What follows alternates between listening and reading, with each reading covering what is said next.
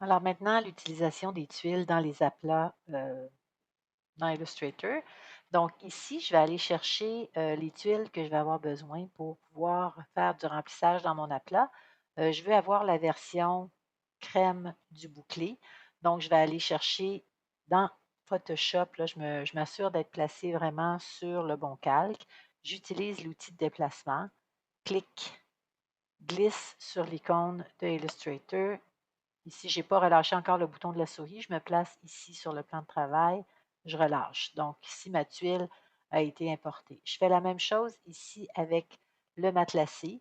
Donc, je vais aller chercher mes 3 versions couleurs. Ici, c'est important pour la version le calque 0 d'aller enlever le verrou. Si je regarde ici, par défaut, là, c'est toujours le plan de travail de dessous est toujours verrouillé et considéré comme arrière-plan. Pour pouvoir le déplacer, il faut enlever le verrou ici.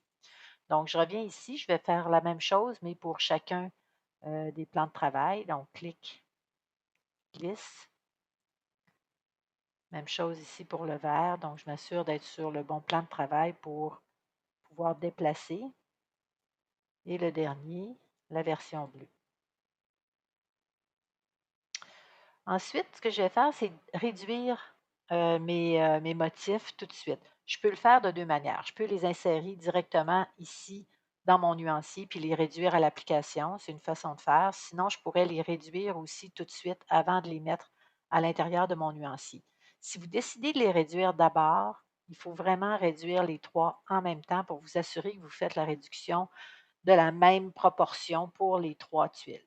OK? Donc, si c'est le cas, vous sélectionnez les 3 et vous réduisez jusqu'à la grosseur ici du matelassé que vous voudriez avoir dans votre vêtement. Et ensuite, vous les insérez évidemment un après l'autre pour avoir les tuiles séparément. Je peux maintenant supprimer ça. Pour celui-là ici, je vais faire la même chose. Donc, je vais réduire. Ici, j'ai juste une version couleur pour toutes les versions de matelassé. Donc, je vais l'insérer ici. Et là, je peux supprimer.